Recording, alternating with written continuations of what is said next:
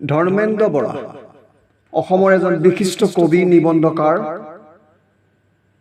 তেখেতৰে দ্বিতীয়খন কাব্যগ্ৰন্থ তেজে ধোৱা সময় কাব্যপুথিৰ পৰা এটি কবিতা মই পাঠ কৰিবলৈ লৈছোঁ।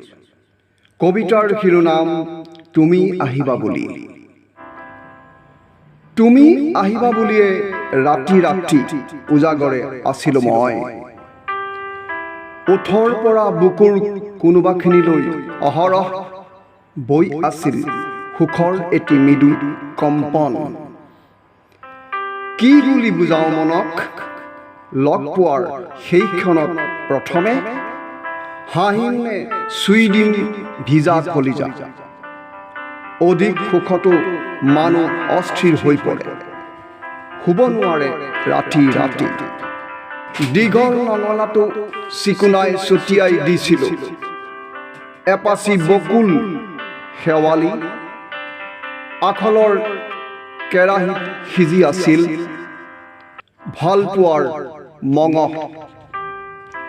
তুমি আহিবা বুলি কেঁচা কলপাতত বান্ধি থৈছিলোঁ নতুন চাউলৰ ভাত।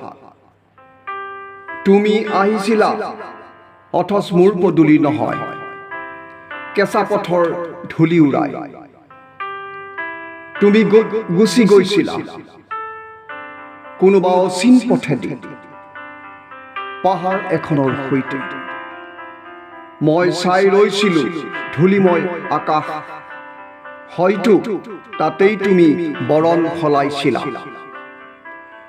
বুকুত বৈ থকা সুখৰ মৃদু কম্পনটো হঠাতে তীব্ৰ হৈ হেঁচা মাৰি ধৰিছিল তাতেই।